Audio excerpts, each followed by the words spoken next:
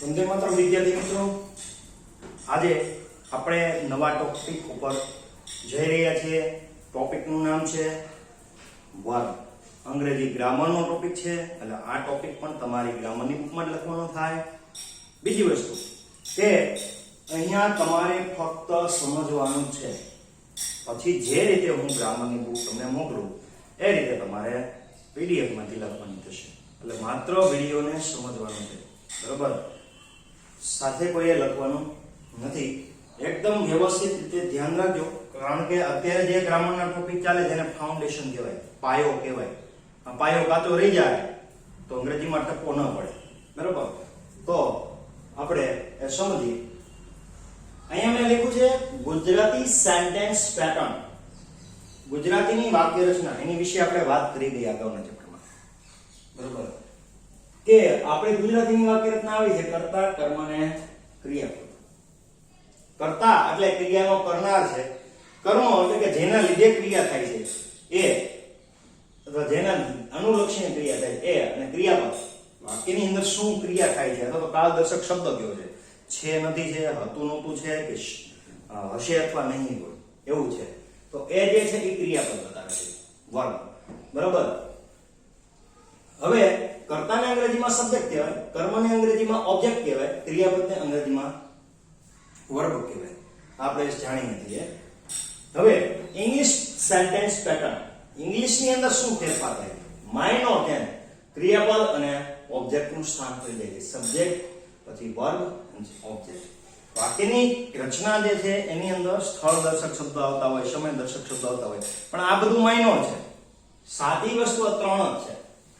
સાચી વસ્તુ આ ત્રણ જ છે, અને એમાંય તમારે જે જોવાનું છે એ વર્બ સૌથી વધારે રહેશે. મહત્વનું વર્બ. વર્બ ઉપરથી ખબર પડશે કે 12 કાળમાંથી કયું વાક્ય આપણે આપેલું છે.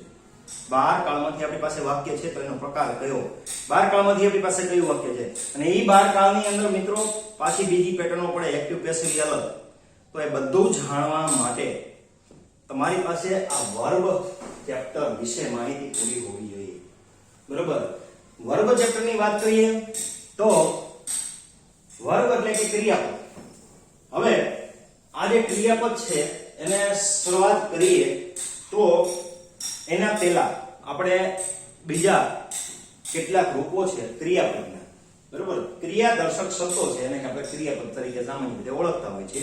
ખાવું, પીવું, રમવું, નાચવું, કૂદવું, ઉઠવું, બેઠવું, આ બધા છે અને આપણે ક્રિયાપદ કહેતા હોય છે. પણ ક્રિયાપદ ઘણી વખતે કાળદર્શક શબ્દો પણ હોય.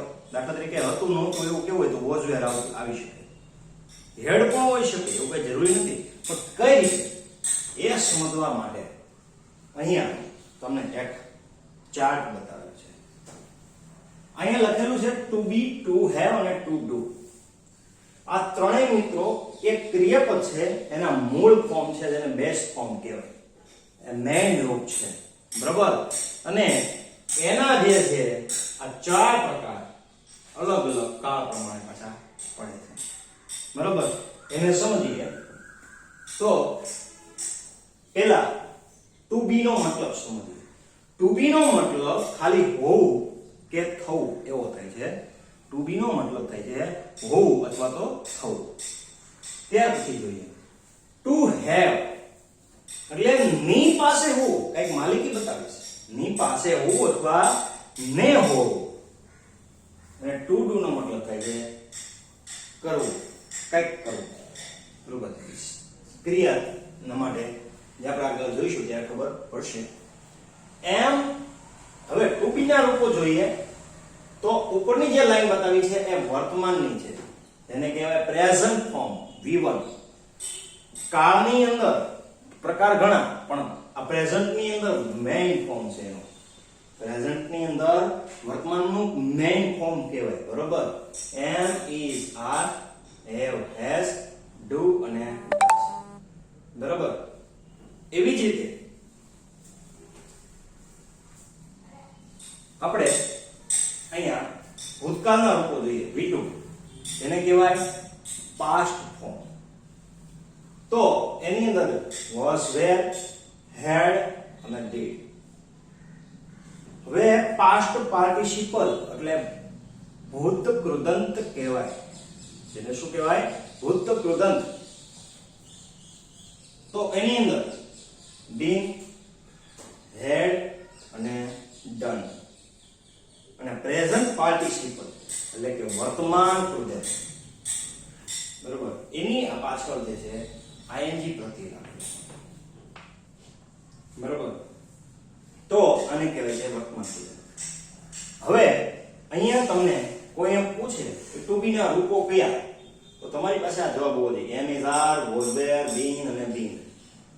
ટુ હેવ ના રૂપો કયા, તો કે હેવ, હેઝ, હેડ, હેડ. અહીંયા મારાથી કાઢી હેડ અને હેવિંગ. રેડી? ત્યાર પછી ટુ ડુ ના રૂપો કયા, ડઝ, ડુ, ડીડ, ડન અને ડુઈંગ. તો આ જે છે એ ટુ ડુ ના રૂપો છે, બરોબર.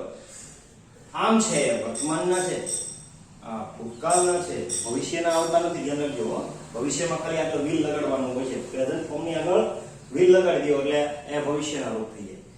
આગળ આપણે જોઈ શકીએ, ખબર પડશે. હવે અને આ છે પ્રેઝન્ટ પાર્ટિસિપલ. તો આ મેઇન ત્રણ વર્ગ, ટુ ડુ, ટુ હેવ અને ટુ બી, આ જેને બેઝ ફોર્મ કહેવાય, આ એના પેટા ફોર્મ છે. અને આનો ઉપયોગ શું? ધ્યાન રાખજો મિત્રો, બારે બાર કાળની અંદર આનું મહત્વ હોય ખાસ કરીને. ભાઈ કયો કાળ છે તો કયું રૂપ વાપરીશું, બરોબર. એ આપણા કાળ ચાલુ થશે એમાં આપણે પરિચય તો મેળવવાના છીએ. દાખલા તરીકે એમ, ઇઝ, આર, વોઝ, વેર, એ તમે જોયું તો કે સાદા વાક્યો હોય, બરોબર, કે જેની અંદર ક્રિયાદર્શક શબ્દ જ નથી, એની અંદર વપરાશે. અને એક તો ચાલુ વર્તમાન કાળ અને ચાલુ ભૂતકાળ, ચાલુ ભવિષ્યકાળ, એમાં જે છે ચાલુ વર્તમાન ને ચાલુ ભૂતકાળ, એની અંદર આનો પ્રયોગ થાય અને પાછળ આઈએનજી વાળો રૂપ આવતું હોય ક્રિયાપદ, બરોબર. તો આ રીતે વપરાશે. હવે હેવ, હેઝ અને હેડ માલિકી દર્શાવતા વાક્યો છે, એની અંદર વપરાય. ડઝ, ડુ, ડીડ, આ જે છે વર્તાતો વર્તમાન છે, આ સાદા ભૂતકાળમાં વપરાય, બરોબર. પછી આ વચ્ચેનું ફોર્મ છે જે એ પૂર્ણ કાળની અંદર પણ વપરાય. તો એ બધું આપણે આગળ જોવાના છીએ. પણ મિત્રો અહીંયા પહેલી વસ્તુ એ છે કે હવે આ જે છે એ બધા હેલ્પિંગ વર્બ છે, જેને કહેવાય મતલબ આનો જો હેલ્પિંગ નો મતલબ સહાય કરવી. શેમાં સહાય કરવી? તો કે કાળને ઓળખવામાં, એને સમજવામાં તમને મદદ કરે, બરોબર. તો એ જે છે હેલ્પિંગ વર્બ છે, એટલે એના આટલા બધા પ્રકાર પાડવામાં આવે છે. હવે હેલ્પિંગ વર્બ ને જોઈએ તો બીજું નામ છે એનું ઓક્ઝિલરી વર્બ. હવે હેલ્પિંગ વર્બ છે અહીંયા મદદ કરતું ક્રિયાપદ. તો મદદ કરતું ક્રિયાપદ હોય તો કઈક મેઇન ક્રિયાપદ પણ હોવું જોઈએ. તો એ અહીંયા તમને બતાવ્યું છે. મેઇન અથવા તો લેક્સિકલ અથવા તો પ્રિન્સિપલ, બરોબર. તમે મેઇન વર્બ કયો તો ભલે, લેક્સિકલ વર્બ કયો તો ભલે અને પ્રિન્સિપલ વર્બ કયો તો પણ ભલે. એટલે એને કહેવાય છે મુખ્ય ક્રિયાપદ. અને મેં શોર્ટમાં અહીંયા એમબી તરીકે અત્યારે સમજવા માટે બતાવ્યું છે. એના વર્સિસ, એનો નાનો તફાવત શું એ સમજવા માટે વર્સિસ મૂકું. હેલ્પિંગ વર્બ એટલે સહાયકાર ક્રિયાપદ, એનું બીજું નામ છે ઓક્ઝિલરી વર્બ, બરોબર. એની જે છે એ સાઈડમાં તમને ખબર પડી જાય કે શું કહેવા માંગે છે, એટલા માટે ઓક્ઝિલરી. હવે પેલું વાક્ય જુઓ, he is my friend, એટલે તે મારો મિત્ર છે. આવું વાક્ય છે મિત્રો. આમાં ક્યાંય તમને ક્રિયાદર્શક શબ્દ દેખાય છે? ક્રિયાદર્શક શબ્દ દેખાય છે? નહીં. તે મારો મિત્ર છે. આમાં ક્રિયાદર્શક શબ્દ એટલે ખાવું, પીવું, રમવું, નાચવું, કૂદવું, ઉઠવું, બેઠવું, આવું કાંઈ પણ દેખાય તો એ નથી દેખાતું. તો અહીંયા આ છે, બરોબર, એ શું બતાવે છે? તો કે એ બતાવે છે વર્તમાનની પરિસ્થિતિ, વર્તમાન બતાવે છે. રેડી? તો એના માટેનો શબ્દ જે અહીંયા is વાય, ક્રિયાપદ એક જ છે મારી પાસે, આ is જ, બીજું છે જ નહીં. તો અહીંયા જે is વપરાવાનું, બરોબર, એ આમાં શું હતું જુઓ તો હેલ્પિંગ વર્બ બતાવ્યું છે. પણ અહીંયા એ કોઈને મદદ કરો, બીજું ક્રિયાપદ તો છે નહીં, તો હેલ્પ તરીકે તો આવશે નહીં, બરોબર. કારણ કે ખાવું પીવું રમવું એવું કંઈક હોય તો કંઈક મદદ કરવાની છે બીજું ઓળખવામાં. અહીંયા તો નોર્મલી વાત છે, તે મારો મિત્ર છે, ખાલી કાળ દર્શાવવા માટે ઈજ આપ્યો છે. તો આ સમયે આ જે છે એ શું થઈ ગયું? મેઇન વર્બ છે. જોજો ક્યારે કઈ રીતે વપરાય છે. બીજું વાક્ય જોઈએ. He is playing the flute. તે વાંસળી વગાડે છે. વાંસળી વગાડે છે. અહીંયા તે વાંસળી વગાડે છે આવું છે, બરાબર? તો ક્રિયા છે કે ક્રિયાદર્શક શબ્દ છે? તો કે હા, વગાડવું, પ્લેઇંગ, વગાડવું. તો ક્રિયાદર્શક શબ્દ હોય તમારી પાસે તો એ જ તમારો મેઇન વર્બ થશે. તો આ is છે એને શું? તો કે એ ખાલી મદદ કરે છે. કઈ રીતે મદદ કરે છે? હવે એ સમજીએ.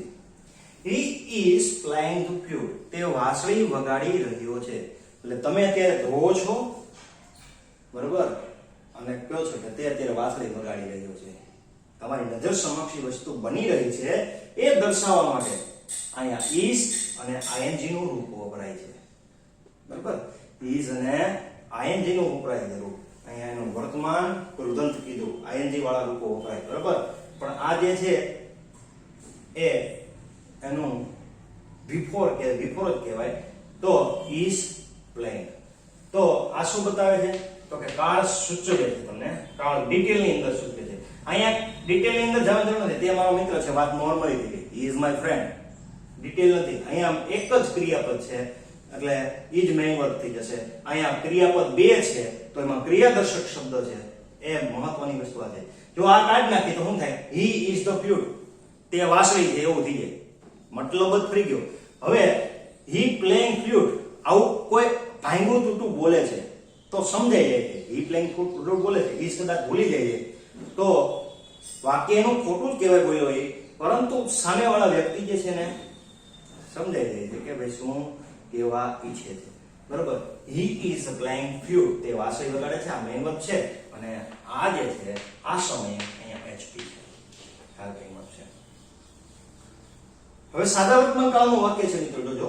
she does her homework regularly.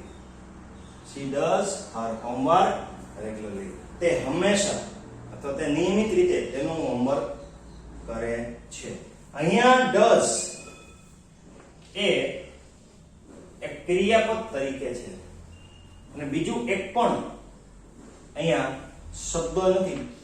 does એટલે કરવું, કરે છે એવું થઈ ગયું. તો આ જ છે અહીંયા મેઇન વર્બ છે, બીજું એક પણ ક્રિયાપદ છે નહીં. પરંતુ મિત્રો સાદા વર્તમાન કાળની એક ખાસિયત છે કે વર્તમાનના હકાર વાક્યની અંદર સાદા વર્તમાન કાળનું હકાર વાક્ય જે છે એની પેટર્ન અલગ છે, નકાર પેટર્નની પણ અલગ, નકાર પેટર્ન પણ અલગ છે, બરાબર? તો અહીંયા તમે એક વસ્તુ જોશો કે she does not complete her homework regularly. તે તેનું હોમવર્ક રેગ્યુલરલી કરતી નથી, બરાબર?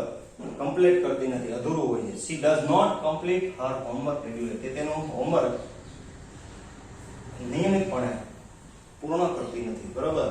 તો અહીંયા વાક્ય નકાર છે તો does પણ એક ક્રિયાપદ છે અને complete એટલે પૂર્ણ કરવું એ પણ ક્રિયાપદ છે. ઉપરનામાં does છે એક જ ક્રિયાપદ હતું, બાકીના બીજા બધા અન્ય શબ્દો હતા. અહીંયા does છે એ પણ ક્રિયાપદ છે, complete પણ એક ક્રિયાપદ છે.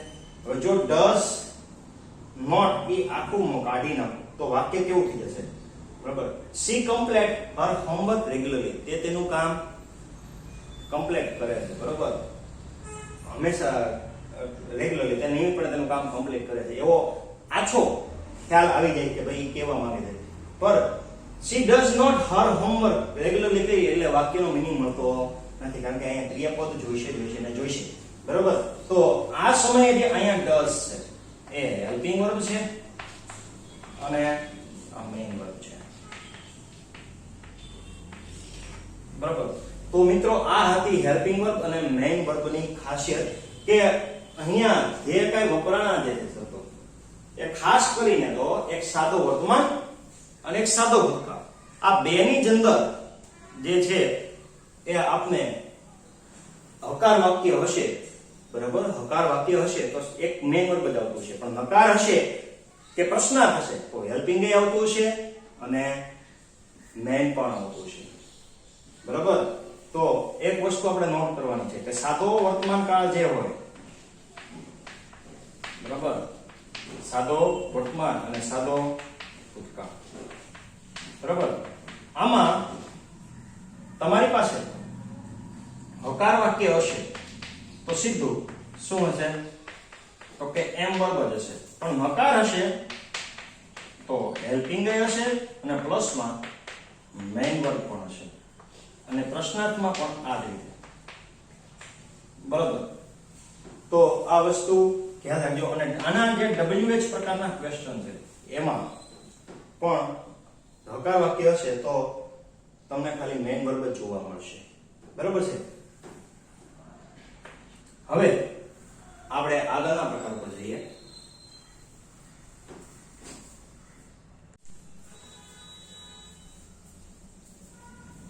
હવે વિદ્યાર્થી મિત્રો આપણે આગળ જોઈએ છીએ static and dynamic verbs and copular and linking verb. આ જે છે ત્રણ પ્રકારના ક્રિયાપદો, સ્ટેટિક, ડાયનેમિક, કોપ્યુલર અથવા તો લિંકિંગ, બરાબર, કોપ્યુલર અથવા તો લિંકિંગ, આ બે જ છે. હવે આગળ જોઈએ કે સ્ટેટિક એટલે વર્બ કોને કહીશું તો કે એ પરિસ્થિતિનું સૂચન કરશે, પરિસ્થિતિનું સૂચન કરશે. ભાઈ વર્તમાનની પરિસ્થિતિ છે, ભૂતકાળની પરિસ્થિતિ છે, ભવિષ્યની પરિસ્થિતિ છે કે કંઈક એક ચોક્કસ ક્રિયા છે કે જે ને તમે બીજી પરિસ્થિતિમાં સૂચવી ન શકો, બરાબર, એની સ્ટેટ એટલે કે એની પરિસ્થિતિ ક્યારેય બદલી નહીં શકાય એવા જે ક્રિયાપદો છે એને સ્ટેટિક વર્બ કહીશું. અને ડાયનેમિક વર્બ છે, ડાયનેમિક વર્બ, ડાયનેમિક વર્બ કોને કહેવાય? દાખલા તરીકે એમાં હલનચલન હોય, બરાબર, દાખલા તરીકે ખાવો તો ખાવામાં મારા હાથનું હલનચલન જોવા મળશે, વોક ચાલુ મારા પગનું હલનચલન જોવા મળશે, દોડવું હલનચલન જોવા મળશે, રન, બરાબર, સ્લેપ હું કોકને લાફો મારું એમાં પણ હલનચલન જોવા મળે, હિટ ફટકારવું હલનચલન જોવા મળે, બીટ હલનચલન જોવા મળે, બીટ એટલે ફટકારવું થાય, બરાબર. પછી ઈટ છે, ત્યાર પછી સ્કોલ્ડ હું કોકને ઠપકો આપતો હોય તો મારા હોઠનું હલનચલન થાય. જે ક્રિયાપદ એવી હોય કે જેમાં આપણા શરીરનું હલનચલન જોવા મળે એવી ક્રિયા કે જેમાં આપણા શરીરના ભાગોનું હલનચલન જોવા મળે તો એને કહીશું આપણે ડાયનેમિક વર્બ. પણ અમુક ક્રિયાપદ એવો હોય મિત્રો કે જેમાં આપણે હલનચલન જોઈ જ ન શકીએ અને એ પરિસ્થિતિ એક જ સ્ટેટમાં હોય, બરાબર. તો દાખલા તરીકે બી, હેવ, ઓન એટલે માલિકી, જે ખાલી મને બતાવે છે. ડાઉટ, તમને જે ડાઉટ હશે એને તમે કે કોકને આમાં દેખાતો નહીં હોય કે હલનચલન કરે છે, કાંઈ પણ નહીં દેખાતું હોય. લવ, પ્રેમ કરવો, નફરત કરવી, હેટ. તો આ જે છે મનની વાત છે, એ બહાર કે હલનચલન સ્વરૂપે ન દેખાય, એ પરિસ્થિતિ હોય, પરિસ્થિતિ સર્જાય છે, બરાબર, એ પ્રમાણે એ એક જ સ્ટેટની અંદર હશે. આ જે છે પરિસ્થિતિ હંમેશા એક જ સ્ટેટ એટલે એક જ પરિસ્થિતિની અંદર રહેવું, બરાબર. ડાયનેમિક છે એ હલનચલન બતાવશે, બરાબર. અહીંયા ઉદાહરણ આપેલું છે he is અથવા તો was will be at home. તે ઘરે, જો is વાપરો તો છે, તે ઘરે હતો કહો તો was, તે ઘરે હશે કહો તો will be.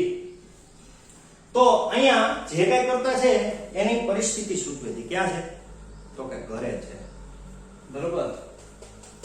પરિસ્થિતિનું સૂચન કરતું હોય, કાળનું સૂચન કરતું હોય એવા જે શબ્દો જે છે એની અંદર he જે છે આ is, was, will be આ શું છે? સ્ટેટિક વર્બ છે. બીજું જોઈએ I love you, હું તને પ્રેમ કરું છું. આ રીતે વાક્ય જ્યારે હોય ત્યારે આ એક પરિસ્થિતિ જ છે. આ લવ ક્યારે ભૂતકાળમાં ન હોય. I loved you, હું તને પ્રેમ કરતો એવું ન બોલે, ક્યારે ન બોલી શકાય. પછી કોઈ બોલે તો એને આપણે ટોકી ન શકાય, બરાબર. બાકી બોલાય તો એ હંમેશા આ ફોર્મની અંદર જ હોય. I am loving you, હું તને પ્રેમ કરી રહ્યો છું, ન બોલાય. I love you જ બોલાય, બરોબર. તો આઈ લવ યુ, બરોબર. નેગેટિવ વસ્તુ મનમાંથી હોય તો એ કાઢી નાખી. આપણે પપ્પા મમ્મી પપ્પાને પણ આ શબ્દો આપણે કહી શકીએ. આઈ લવ યુ, હું તમને પ્રેમ કરું છું, બરોબર. તો લવ જે છે એટલે એ જે છે શબ્દો કેમ આવશે? આ પરિસ્થિતિમાં આવશે. રાહુલ પુશ્ડ મી, રાહુલે મને ધક્કો માર્યો. ધક્કો માર્યો, તમારું હલનચલન એમાં દેખાય છે. તો એ સમયે પુશ્ડ છે એ શું છે? તો કે ડાયનેમિક વર્બ છે. અહીં હું ડીવી લખું છું અને સ્ટેટિવમાં એસવી કરું છું, બરોબર. આ એસવી છે. આઈ વોક ફોર એન અવર, હું 1 કલાક માટે ચાલ્યો. ચાલવાની ક્રિયા હલનચલન બતાવે છે. આ ડાયનેમિક વર્બ્સ. તો સ્ટેટિવ વર્બ અને ડાયનેમિક વર્બ વિશે તમે ખ્યાલ મેળવી લીધો છે મિત્રો, કે સ્ટેટિવ વર્બ છે એક પરિસ્થિતિ સૂચવે છે, બરાબર. જ્યારે ડાયનેમિક વર્બ છે એની અંદર જે ક્રિયાપદ છે એની અંદર હલનચલન તમને જોવા મળશે. અહીંયા તમને કેટલાક ઉદાહરણ આપણે બતાવેલા છે, બરાબર. આ જે છે એ બધા સ્ટેટિવ છે કે જે એક જ સ્ટેટની અંદર રહેશે, અને આ જે છે એ ડાયનેમિક વર્બ છે, બરાબર છે, જેમાં હલનચલન દર્શાવતું હશે. હવે કોપ્યુલર અથવા લિંકિંગ વર્બ બહુ જ અગત્યનો મુદ્દો છે. આના વચ્ચે કન્ફ્યુઝન ન થાય એના માટે એટલે જ હું અહીંયા સામે રાખું છું કે જેથી કન્ફ્યુઝન થાય નહીં. લિંકિંગ નો વર્બ, લિંક એટલે શું કરું? લિંક એટલે સાંકળવું. લિંક એટલે સાંકળવું. તો લિંકિંગ વર્બ કોને કહીશું? કર્તા અને તેની પરિસ્થિતિને જોડવાનું કામ કરે એવા જે ક્રિયાપદો છે એને લિંકિંગ વર્બ કહેવાય. અહીંનું પહેલું વાક્ય જો, he is was will be at home. આ વાક્ય હું અહીંયા ફરીથી લખું છું. he is was will be at home. અહીંયા કર્તા અને તેની પરિસ્થિતિ સૂચવવાનું કામ કરે છે, એને જોડવાનું કામ કરે છે. દાખલા તરીકે તે ઘરે છે.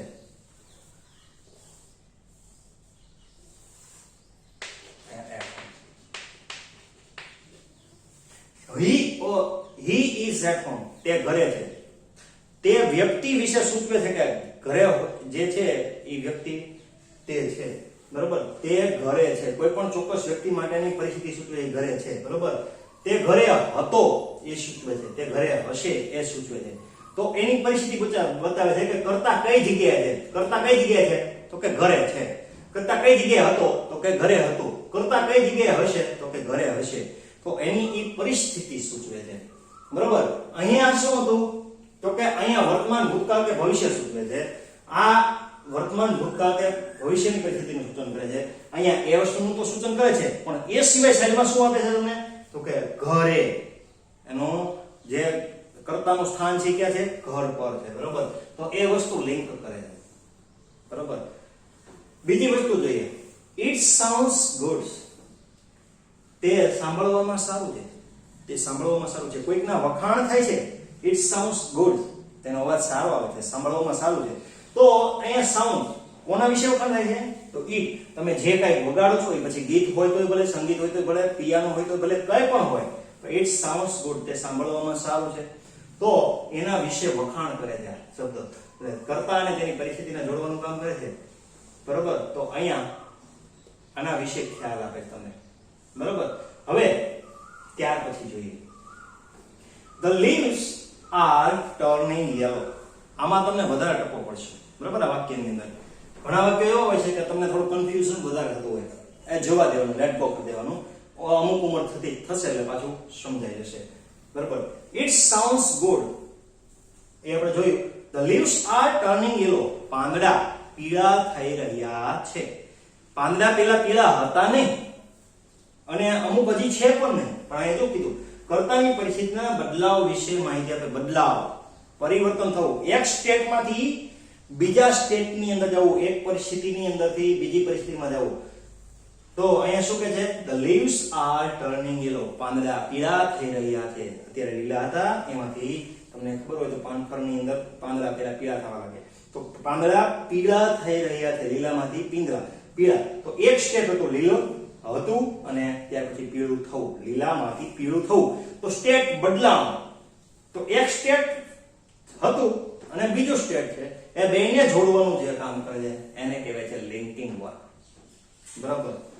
બીજું જોઈએ, યુ આર બીંગ રૂડ. તું તોછડો થઈ રહ્યો છે. તોછડો એટલે બીજાને તુકારે બોલાવું એ. બરાબર. તું તોછડો થઈ રહ્યો છે, તું તુકારે બોલાવી રહ્યો છે. પેલા બોલાવતો નહોતો, તે તોછડો થઈ રહ્યો છે, મતલબ પેલા એ તોછડો નહોતો અને હવે એનું તોછડાપણું બતાવે છે, દેખાઈ રહ્યું છે. તો એક સ્ટેટ હતું, એમાંથી તમે બીજા સ્ટેટની અંદર પ્રવેશ કરો છો. બરાબર. તો આ સમયે જે બીંગ છે, બનવું અથવા થવું, તો એકમાંથી બીજું થાય. બરાબર. દાખલા તરીકે I became doctor. I become doctor.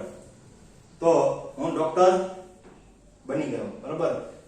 I became doctor. હું ડોક્ટર બની ગયો. પહેલા હતો નહીં પણ હવે બની ગયો. બરાબર. appear. Now its look appear.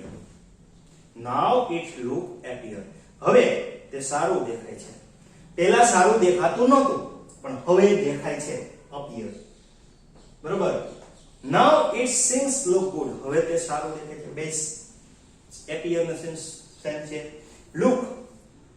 Now you are looking good. હવે તું સારું દેખાય છે. એક ના એક જ શબ્દો છે, થોડો માઇનર ચેન્જીસ હોય. feel. Now I feels too good. હવે મને ખૂબ જ સારું અનુભવાઈ રહ્યું છે. સારું અનુભવું છું. પહેલા સારું અનુભવતો નહોતો.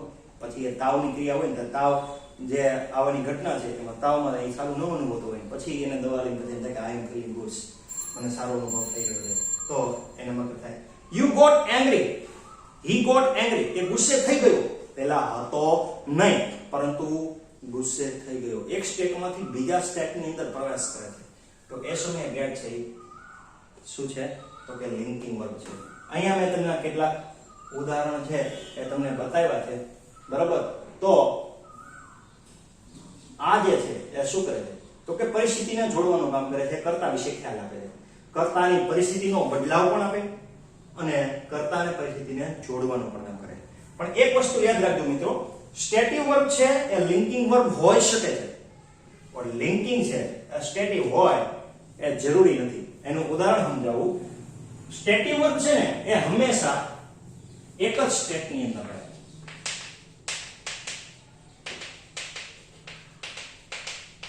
હંમેશા એક જ સ્ટેટ, એક જ પરિસ્થિતિની અંદર રહે. એનું ક્યારે પરિવર્તન થાય નહીં. એનું ક્યાંય પરિવર્તન થાય નહીં. બરાબર. અહીંયા દાખલા તરીકે વાક્ય છે આઈ લવ યુ. હું તને પ્રેમ કરું છું. દાખલા તરીકે પછી સમય જતા નફરત થવા લાગે તો એના માટે તમારે ખાલી ક્રિયાપદ જ બદલાવાનું છે. આખે આખું ક્રિયાપદ બદલાવાનું થાય. આમાં કોઈ ચેન્જીસ કરવાથી કોઈ પણ પ્રકારનો ફેરફાર નહીં થાય. કોઈ પણ પ્રકારનો ફેરફાર થાય નહીં. બરોબર. તો ત્યાં કે આખું ક્રિયાપદ જ રિપ્લેસ થઈ જાય. આઈ લવ યુ ત્યારે પરિસ્થિતિ હતી, આઈ હેટ યુ હવે એ પરિસ્થિતિ છે. બરોબર. તો એ વસ્તુ આપણે સમજવાની છે. આ વાક્ય જે છે આમાં આવે છે, પણ આના બધા વાક્યો આમાં આવી જરૂરી નથી. દાખલા તરીકે તારા લીવ્સ આર ટર્નિંગ યેલો. પાંદડા પીળા થઈ રહ્યા છે. બરોબર. તો અહીંયા ટર્ન ને મારે આમાં મૂકવું હોય તો મૂકી શકાય નહીં, કારણ કે આ જે છે એ એક સ્ટેટમાંથી બીજા સ્ટેટની અંદર પ્રવેશવાની વાત છે. તો આ વસ્તુ આમાં નહીં આવે, આની વસ્તુ આમાં આવી શકે છે. હવે મોટા ભાગના ન એટલે કે 99% જેટલા જે છે એ આ પ્રકારના છે અને 1% જે ક્રિયાપદો હોય આવા. બરોબર. એ આમાં આવા ક્રિયાપદો 1%, 100 ક્રિયાપદ લઈ એમાં 1% જે છે ક્રિયાપદ આવા જોવા મળે અને 99% જે છે એ આ પ્રકારના ક્રિયાપદો હોય. ક્રિયાપદોની સંખ્યામાં સૌથી વધારે તમારી પાસે હશે તો સ્ટેટિવ અને ડાયનેમિક હશે, અને સૌથી ઓછા હશે તો તમારી પાસે લિંકિંગ વર્બ હશે. અને એ આપણે ઓળખીએ છીએ. આપણે જ્યારે વાક્યો બનાવીએ છીએ ત્યારે આનું કોઈ જ ઇમ્પોર્ટન્ટ હોતું નથી. આ જનરલ નોલેજ છે મિત્રો, જનરલ નોલેજ કહેવાય. તમે જ્યારે સ્પર્ધાત્મક પરીક્ષાઓ આપો ને તેની અંદર આ બહુ જ ઉપયોગી થાય. અને આને શીખવા માટે તમારે ઘણા બધા રૂપિયા દેવા પડે. જે જીપીએસસી યુપીએસસી ના જે પરીક્ષા દેવા ઈચ્છતા હોય, બરાબર, જેના ચાહકો હોય, એને આ વસ્તુ ક્રિયાપદ વિશે બહુ જ ઊંડાણપૂર્વક માહિતી હોવી જોઈએ. બરાબર. આ મૂળ હેતુ ઈ છે. એટલે અહીંયા જે કઈ હું બુક લખાવું છું એ ઇન ડિટેલ છે, વિથ ઉદાહરણ છે. તમને પીડીએફ જે મળે છે એ સંપૂર્ણપણે લખજો.